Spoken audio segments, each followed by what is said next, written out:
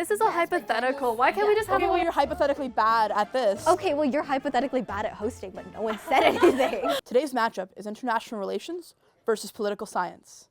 This is UCALGARY FEUD. So you're both in very political majors. Tell me, what would your first act as Prime Minister be?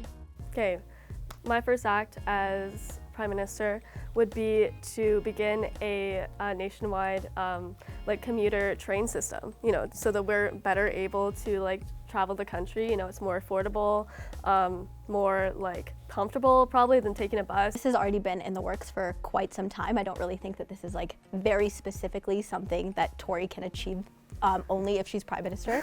I think one of my first things that I would do as Prime Minister, though, is focus on the teacher strike in Alberta and focus on like exactly how this affects students. The root of every single problem comes from lack of education. And Transportation and education are both provincial issues.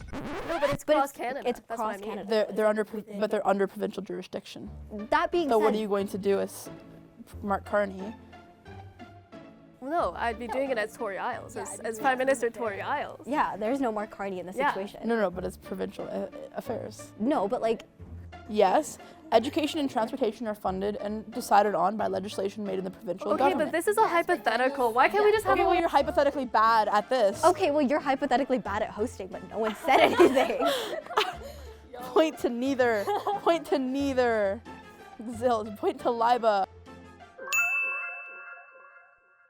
The next question is, which major has more job prospects? I would definitely say political science because there's so much you can do in that field, not just in terms of like going into law school or like going into like policy adjustments, but you can also like work in pretty much any governmental field.